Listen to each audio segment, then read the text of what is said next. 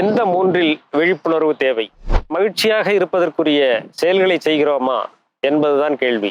இன்பமாக இருப்பதற்கு எந்த எண்ணங்கள் தேவையோ அந்த எண்ணங்களை நம் மனதிலே எப்பொழுதும் ஓடவிட்டு கொண்டிருப்பதுதான் நமது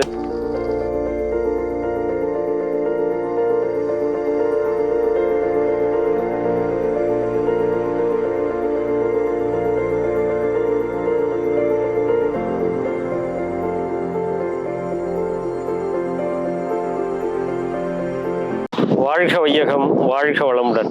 குரு வாழ்க, குருவே துணை. எந்த மூன்றில் விழிப்புணர்வு தேவை? அருட்தந்தை வேதாத்ரி மகரிஷி அவர்கள் கூறுகிறார்கள், எண்ணம், சொல், செயலிலே விளைவறிந்த விழிப்பு நிலை வேண்டும் என்கிறார்கள். விளைவறிந்த விழிப்பு நிலை என்றால் என்ன?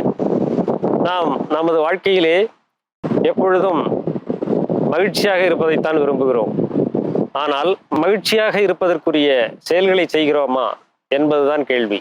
எனவே நாம் எந்த விளைவை எதிர்பார்க்கிறோமோ அதற்கு தகுந்த செயல்களை செய்ய வேண்டும்.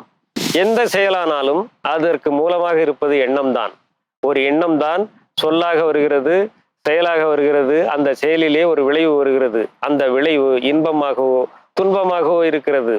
எனவே நாம் இன்பமாக இருப்பதற்கு எந்த எண்ணங்கள் தேவையோ அந்த எண்ணங்களை நம் மனதிலே எப்பொழுதும் ஓடவிட்டு கொண்டிருப்பதுதான் நமது முதன்மையான வேலை.